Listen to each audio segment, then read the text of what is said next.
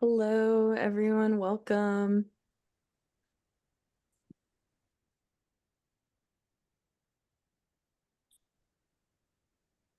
Hello. Good evening. In most parts of the world, super excited to be here with y'all. I'm going to talk very slowly just so more people can be let in as they get here. But I'm super excited to welcome you all to the first ever Abode virtual retreat open mic. As you could probably tell, this is being recorded, and that's just so that we can have this to return to, and so that our readers can you can actually save the video and have it on your website, on your social media, whatever you want to do with it. My name is SG Huerta. I am the poetry editor and managing editor for Abode Press. If you are new to our space, Abode is a 501c3 nonprofit publishing press rooted in anti-racism, anti-colonialism, intersectionality, and empathy. You can learn more about us and our other workshop offerings, the books we publish, all of the things at our website, which you can find here. And before we get started, let me find my list of readers. um, a couple of housekeeping things. You can feel free to either turn your camera on or off, but just make sure you are muted so that we can hear all of our wonderful readers. And although this is a virtual event, like we're still listening to some amazing words.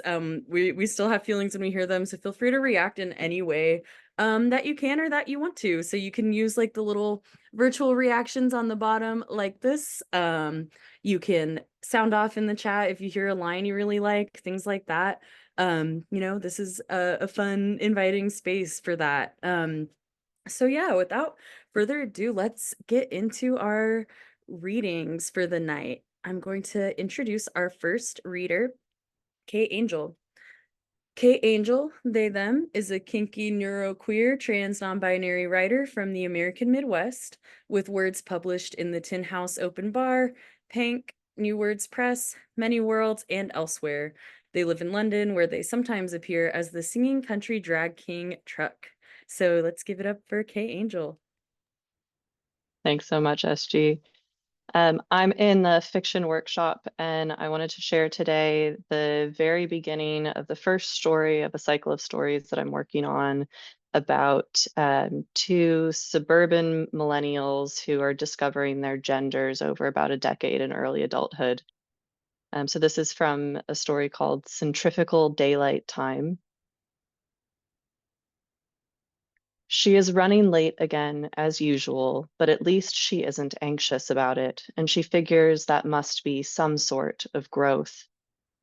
She isn't anxious because she finally feels like she has somewhere more important to be coming from. Not more important to her, but more importantly, more important to society. She is coming from a job that is important, a job that dictates and commands the structure of her day, a job she cannot say no to. And so she is late, and how decadent to rehearse saying, "I'm so sorry," as she crosses under I-35. "I'm so sorry I'm late. My boss, one last email, etc." When really she is late because she's been gossiping about this very date, this man she hasn't even seen a picture of. But you're saying yes to everything these days. Why not this man your friend knows, this man who, like your friend, is another child of one East German parent and one American parent, another kid who grew up flying to Rostock by way of Berlin for summer vacation, another child of divorce this man, your friend said, had been looking for someone kind and clever to date, this man who was really, really nice, just healing from a long relationship that wasn't the right one, but nobody's fault. Oh, and he's co-founded a Sock of the Month company, but I'll let him tell you about that. And her married coworker, new coworker, sorry, colleague, important, friendly, slightly more senior than her colleague, so eager to live vicariously through her exciting blind date. How do people even meet each other these days? And she was excited enough, she will admit, to have a life valuable, desirable, fit-inable enough for normal people to be interested in, that she lingered, played the role of, oh, he can wait, because of course he can wait, because it is 2014 and it is May in Austin and Obama is still president and the world is good. And she has important things to do after all. She is important after all. And even now she's texting him as she's driving because it is the late spring of 2014 in this great state of Texas, and you can do whatever dangerous thing you want while driving. Of course you can, typing out, on my way, sorry, in her lap. And the exclamation points are performative, like eyeshadow, like a fun, flouncy skirt, like rainbow sprinkles, the crunchy, round kind. That's right, the nonpareil that she tips straight into the gallon carton of Bluebell homemade vanilla alone at night. And you realize now you've never actually said that word, nonpareil, out loud, just crunched the things between your back teeth. They are fun, and she is fun. She can be fun. She will have fun on this perfect Thursday, early summer evening in this late bloomer of a city, showing off its best, still gentrifying bits, mid-puberty bits, pimply, ugly opportunity bits, before the real heat sets in and presses down on every living thing, and it becomes so easy to forget that the relief of autumn will return like it always does eventually. Thank you so much. Wow, that was incredible. What a way to start the evening. Thank you so much, Kay. I hope you can scroll back and see all the love that piece got in the chat. Um, wow, what a way to start the night. Super excited to introduce our next reader, Christina Tudor. And I'll go ahead and read her bio. Christina Tudor, she, her, is a writer living in DC. Her fiction has been featured in online publications and the 2024 Best Small Fictions Anthology. Snaps for that. She has received nominations for the Pushcart Prize and the Robert J. Dow Short Story Prize and was a 2022 PEN America Emerging Voices Fellow in Fiction. And you can find her on social media at Christina L. Tudor on Insta and Twitter. Let's give it up for Christina. Hey. Thank you so much. I'm really excited to read from some of my short story called Be Safe Out There. And I will do my best to follow that, K Angel. That was great. All right, so we roll forward to an all-way stop. I wait my turn before hitting the gas. I rocket through the intersection. We need an oil change. We need our brakes checked. I waste some of our dwindling gas waiting in a long line of cars at a Whataburger. I order 2 large fries and eat fistfuls while Taylor dips them one by one into a chocolate milkshake. She hands me the softest fries from her order. She knows I like the squishy ones, the ones that feel like they could melt. I squeeze them like I'm trying to get toothpaste from the bottom of the tube. We play car games. We play My Cows. I am better at spotting the cows on the side of the road, and my collection of imaginary cows grows.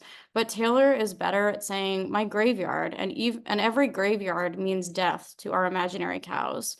And so far, all the graveyards have been attached to churches. We pull off into a motel, the first one we find before it gets dark, because we aren't willing to risk getting a flat and finding ourselves at the mercy of whoever pulls up next to us on the shoulder. Today's motel has a flimsy shower curtain and pink tile on the bathroom walls. I run a bath even though I know they aren't good for the planet, so to compensate, I make the water scalding hot and sit in it until it cools. I put my hands on my stomach. I had stretch marks even before I got pregnant. I admire them, these marks like vines crawling up a building. Equal parts artsy and ugly, I imagine my body swelling, even more splinters forming on my skin. I'm dizzy, nauseous in the hot water. Outside in the hotel room, Taylor is watching Nick at Night. She's determined to watch Friends in every city we stop in. I hear her flipping through the channels on commercial breaks and catch half phrases and static. The polls say, tell me why, BK have it your way, tonight you'll see, temperatures in the... I imagine all these phrases written down like an erasure poem or a document full of redactions. After draining the bath, I slide into the full-size bed next to Taylor, overheated and restless. I sleep under the covers and then on top, my skin pruned, itchy. I check the bathroom for lotion, but there is none. I'm hot. I drink water. I collapse on top of the covers in just my underwear. I have to pee, but the bathroom feels far away. I awake quickly in the night, blink through darkness. I wonder if anyone else momentarily thinks they've gone blind when they wake up in a pitch black room with a dark shade blocking all the light from the outside world. I cut half those words in my brain: black, dark, light, outside world. I wonder if these words, my thoughts, are art. Then I wonder if it's nonsense. I drink more water. It's so hot. The AC is on, but it doesn't feel like it, and I regret staying in the bath. I feel like I've locked myself inside a steam room with all the windows fogging up. I make it to the toilet just in time to vomit. My vomit is clear, like blowing bubbles. I lay on the floor by the toilet because it's the only thing that feels cold. Taylor finds me and guides me back into the shower, even though she's fully clothed.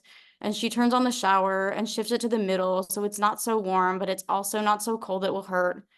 We both get wet. I mouth thank you at her, or maybe I just think I did. She cups her hands and collects them and collects water in them, splashing me on my back. I remember being 8 years old, layering one palm on top of another and walking up to get communion. I remember I could never make eye contact with the preacher, even though I could feel him looking at me. I wondered if he could see all the ways that I was guilty. I never drank from the wine or the blood of Christ. I wouldn't put my mouth on a cup I'd watched a line of others drink from.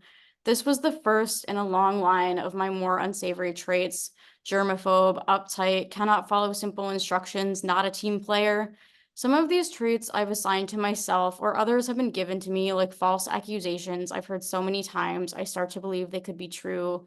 Taylor is my opposite. This is what we've been told, that we sit on two sides or on opposite sides of the same coin, both made of the same genes, but we can never see eye to eye. Taylor is muscular, where I am soft, fleshy, yet still inflexible. Taylor follows her impulses and then drops them when they fade. Taylor, I imagine, has dreamless sleep. We haven't shared a bed since we were kids, and we stayed with our grandmother, our mother's mother, on long weekends and summer breaks. She had just one guest bed, and we squeezed into it, argued over who kicked each other, and we jabbed our elbows into each other's sides. On this trip, I argue with her about how loudly her gum pops and tell her to get her dirty feet off my windshield. Thank you for listening. Let's give it up for Christina. That was wonderful. Thank you so much for that reading. Your descriptions are just so vivid. Like it just felt like watching a movie, like we're there along with the narrator. That was awesome. Um, I am going to introduce our next reader, Jude. Jude Paul Dizon is based in Oakland, California. He is resuscitating his poetry practice after a hiatus full of too much academic writing. Jude Paul was a student of June Jordan's Poetry for the People and has been published in Beltway Quarterly. Let's give a warm welcome to Jude.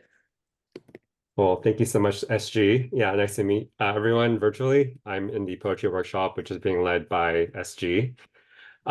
This first poem was in response to a piece of art, and I have put the link in the chat. It is a piece of art called If My Friends Could See Me Now by a Filipino artist named Pasita Abode. So this poem is called An Immigrant Sighs Every 5 Minutes. An immigrant sighs at least once every 5 minutes, an involuntary reflection fogging up the mirror behind closed, exhausted eyes. I know from how my mother's defeated exhales startled me as a boy. I looked, waiting to see her shoulders rise. When my father drove us home, away from San Francisco city lights, breaking the black glass bay, was he yawning to stay awake or asking for a return on his regrets without a receipt? Scientists say sighs sustain life, prevent lungs from collapsing. How does a breath keep a mortgage paid on time, relatives from asking for the next remittance, or stop cancer from spreading? When does the body give in and breathe out hard stop? In yoga, before we Om, we empty out the lungs, a collective sigh, an opening act to the sound of the living universe all immigrants carry and create day after day in a country beyond the sun of their childhood.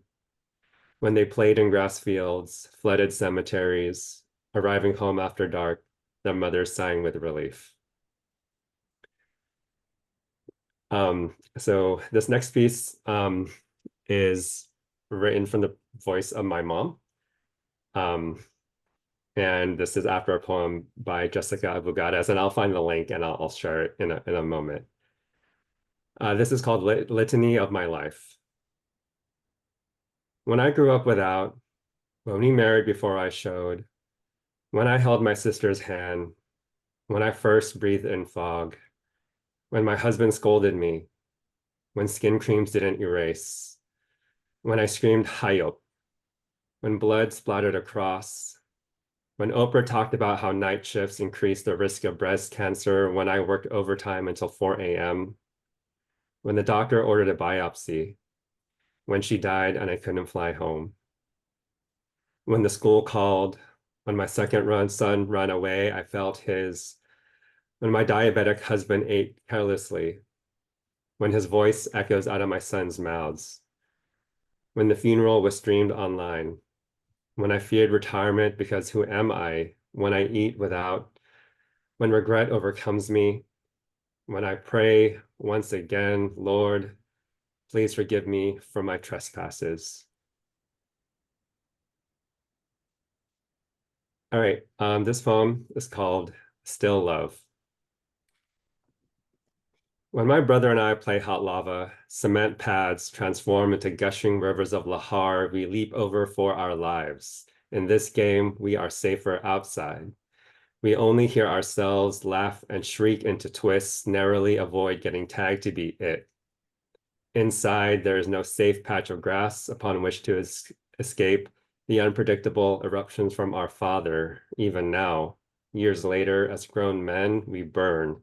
Inside, the pressure too tremendous to hold, so we explode, unable to ask if we can cradle the other's pain, until it falls asleep and we see the child we used to be and still love enough to call a few days later. And this last piece is called Home. Home, where keys are lost in crevices, where dust finds a home is cooked meals by mothers impatient for their sons to return from school, a second home, to nap, eat snacks, learn a thing or two, and skip on the blacktop, which is crushed stone mixed with bitumen, made from petroleum found in wells in Gaza.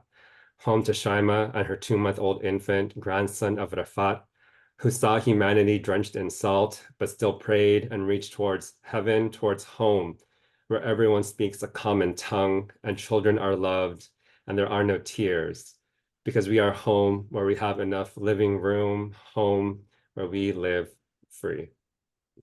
Thank you.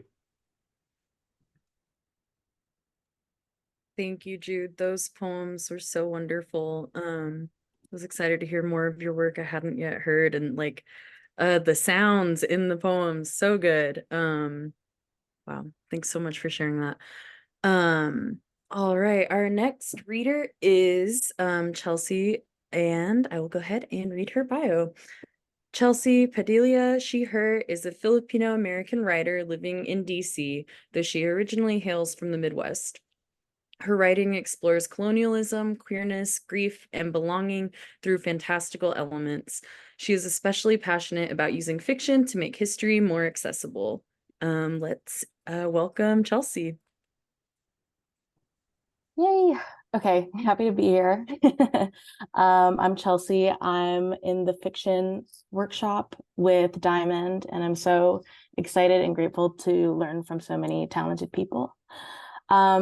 I will be reading 2 excerpts from a story. It's technically, I think, a novelette, whatever that means, called The Pensionado. And it's kind of about following this man who is on this like kind of study abroad colonial funded program from the Philippines that actually did exist. So I would recommend people look it up, the Pensionado Act. Great. Okay. On the first cold night of his first American winter, Isco watches a star fall out of the sky. He'd been walking back to his dormitory from the campus library with 2 books tucked under his arm carefully picking through snow-covered sidewalks. But when he notices the star, he stops, craning his neck up to look at the sky. For a moment, a thin line of bright white-blue light streaks across the shadows above him before disappearing, fading into the dark horizon. Back home, his father used to tell him little folk tales before bed, a soft chorus of crickets and cicadas and warm night air wafting in from the window. Storytelling had been a strategic move on his father's part.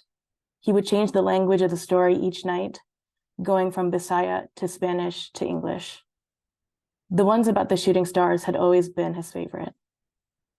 "It's good luck to see a shooting star," his father had told him. "But it's even better luck if you meet the star yourself." Each star, he'd said, has a body, heart, and soul, but even more importantly, an immense amount of magic ability, greater than any human magician. "More powerful than you?" Isco had asked. "More powerful than you and Mama?" His father laughed. Outside Isco's bedroom window, the old Molave tree next to their house laughed with him. Isco was too young to understand what the tree was saying. His parents hadn't yet taught him how, but he could hear its branches rustling, as if an invisible gust of wind had moved them. "Oh yes," his father said, "far more powerful than either of us. A star can grant any wish you want. Have you ever met one?" His father shook his head. "I've only seen pictures in the paper. Stars fall, but it's very rare to meet one." He squeezed Isco's shoulder. "But maybe you'll get lucky." The memory makes Isco smile, but then the wind blows, biting at his cheeks and hands, and he remembers where he is. Isco glances up again. The other stars in the sky seem fixed to the black background of the night, distant and soundless. Winter nights are so quiet, he realizes. The streets around him are still, the trees silent, asleep like the blades of grass buried beneath the snow. He wouldn't be able to hear their thoughts even if he tried. His fingers gripping the spines of his books are beginning to feel too bare, almost raw in the bitter cold. He thinks he would ask a fallen star for gloves if he could. And then we're skipping ahead. "Have you ever heard of the Moon Eater?" his father had asked. Isco shook his head, his eyes wide. An easy smile spread across his father's face. He sat at the edge of Isco's bed, smoothing the sheets with a firm hand. "Would you like to hear a story?" "Yes, Papa." "Well then," said his father, "let me tell you about the Bakunawa and the 7 moons. A long time ago," he said, "the Lord God Bathala made 7 moons and placed them above the earth. They lit the night sky so that no one was afraid of the dark. The Bakunawa was a fearsome sea dragon who coveted the moons," his father said. "For a long time, the Bakunawa admired them from the waves, observing their beauty from afar. But one night, the humans angered the Bakunawa. So the dragon soared out of the ocean and opened its gaping jaw and ate the moons one by one. The sky grew dark, and every human and animal and spirit hid in fear. But as the Bakunawa closed its mouth over the last moon, a smart young woman encouraged her village to do something. They couldn't fight it, not physically, for the Bakunawa was far too large. So the woman told her village to bash their pots and pans together to scare the dragon off. And when the Bakunawa heard all this clashing, it spat the last moon out and dove into the ocean, never to be seen again. Isco found himself looking outside, past the old Molave tree. The sky was clear that night. The moon was just a small crescent sliver, but its light still shone through the leaves. He could hardly imagine what it would have been like to see 6 more crescents in one sky. But why did the Bakunawa get mad in the first place, he asked. What did the humans do that was so bad? His father shrugged. Different stories say different things, he said. Some say that the humans stole the dragon's wife. Others say that we killed its brother. But what's important is that the Bakunawa was so full of rage that it sought to devour. At the time, Isco remembers going to sleep confused. He could not imagine what could possibly make a creature so angry that it would destroy such a beautiful thing. But now he understands. He thinks of Charles and his friend and wishes he could swallow a moon whole too. Thank you. Wow, round of applause. That was wonderful. That last line, being in the like celestial realm with that story was really nice. Loved hearing those descriptions. Thank you for that reading. I'll go ahead and introduce our next reader. Morgan is a non-binary interactive fiction writer and recent graduate of Mount Holyoke College, where they studied English and computer science. Their hypertext piece, Redefinition, was part of the 2022 International Conference on Interactive Digital Narrative Art Exhibition. In their spare time, Morgan bakes pies, reads sci-fi, and crochets. Let's welcome Morgan to the stage. Hi, I am another member of the fiction cohort, so it's lovely to get a chance to see all of my fellows read and also get to hear a little bit of our poetry and nonfiction people. So as I was introduced, I'm Morgan, but tonight I will be your narrator and you will be my Orpheus. And I'm going to take you through a piece that is a collection of the messages. I'm working on a piece that is the myth of Orpheus and Eurydice, where you're able to return and continue to try to walk up. So these are the passages that you will be greeted with every time that you come to the bottom of the stairs. So if you will please imagine that you have just tried and failed to climb the stairs out of the underworld. The great Lord Hades stares at you for a long moment when you return once again to the bottom of the stairs. The dark lady Persephone is watching you, head tilted slightly to the right. Her eyes go to her husband a second before he speaks. You know why I let you come back and try again every time, do you not? He speaks softly, but the caverns of the underworld carry it far. Poet of Thrace, it is because I know you will never succeed. The fates have already cut her string. What would you have them do? Tie another one to hers? How long before that knot too comes undone? When you return this time, the eyes of the great Lord Hades are not upon you. The sweet voice of the most venerable Persephone calls out to you. You are a poet, are you not? Then surely you yourself have sung the tales of every man who thought he could best fate, escape the cycles, leave his own story behind. And pray tell, how do they all end? The Lady Persephone nor the great Lord Hades look at you this time, though you still bow to them. Before you turn to the stairs, he whispers, you humans like to imagine us gods as above it all. But we are created in the image of each other. We cannot change the minds of the fate any more than you. In this, we are equally helpless. The great Lord Hades is still sitting in his high throne, but the Lady Persephone stands now. She is waiting for you at the base of her throne. She extends a hand to you, which you know better than to take. Her eyes do not leave yours as she tells you, her voice suddenly in your ear as though she were a lover. And what will you do when she dies again? Will you return? When will you have held her for long enough? This time, when you reach the throne room, the Lady Persephone is nowhere to be found. The great Lord Hades is still for a moment, then his eyes slowly turn up from the ground to you. I wish I could mock you, foolish poet, he whispers, for continuing on your doomed mission. Pity you, even, but I cannot tell you the number of days I walk up those very stairs and sit at the door when my love is away, crouching there and counting the days before she returns to me. It is a unique form of agony I do not wish on anyone. He turns his eyes back to the ground. You may try again, as many times as you feel you must, but no, it will never change. Thank you.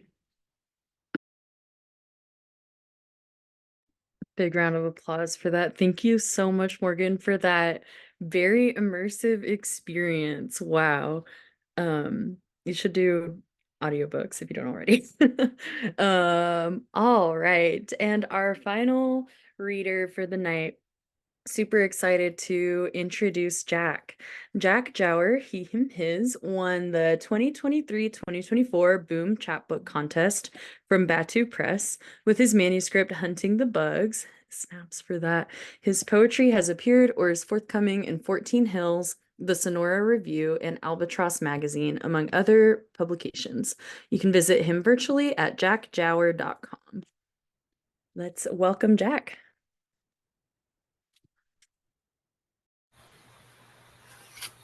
Thank you so much, SG, for the introduction and for your wonderful guidance in our poetry cohort.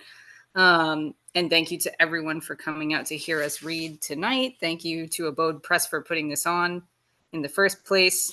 And thank you to all of the other events that are included in this retreat, because I've been writing so much. And so I'm going to read 3 poems that have either been inspired by a prompt that I got in some craft talk or workshop, or like old poems that have been significantly reworked, again, because of some lecture or craft talk or workshop that I've attended as part of the retreat.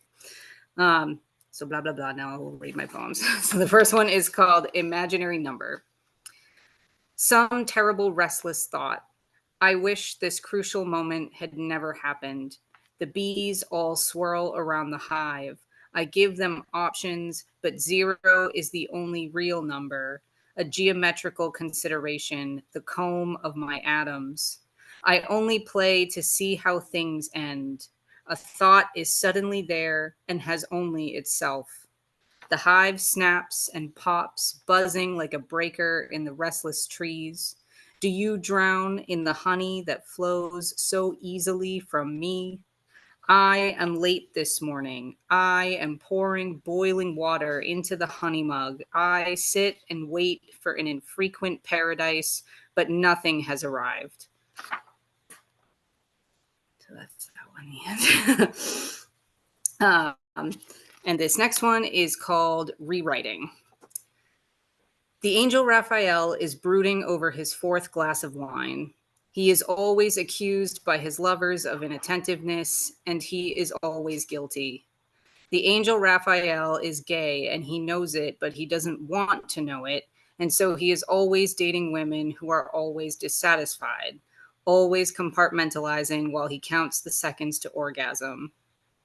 Tonight is another night, and Raphael has decided to enjoy being single. His identity is wrapped in Scotch tape, and it's fooling no one. The slender gold of his denial is a kind of art, the art of old bad answers, of things and words ready to collapse at the slightest touch. Christ is there in his usual booth by the back wall. He's done nothing all night but throw shade, marvelously visible.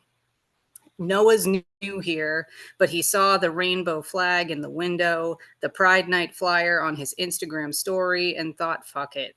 Touched up his Grindr profile and tucked 2 just-in-case condoms into his wallet before heading out. An apple looks like an ass, and Parasite Eve, tonight's headlining queen, has spent so many hours thinking about Adam's apple, but he doesn't even seem to notice her from his place behind the bar. Sure, he's nice enough, but she knows there's only one regular he really waits for, and that's where Satan comes in. You know he does eventually. A wish incarnate, red glitter in his beard, Satan always snakes into the bar about an hour before midnight, with some new boy clinging to his leather jacket while Christ sulks with Eve out in the courtyard, awake to the bodies and the thumping of music behind the wall, awake to the humid June air and the wind overhead rattling the leaves on the tree of knowledge. Are we all good? Satan asks, stepping out to take a break. How the fuck does he sweat like that without ruining his hair? Christ thinks bitterly.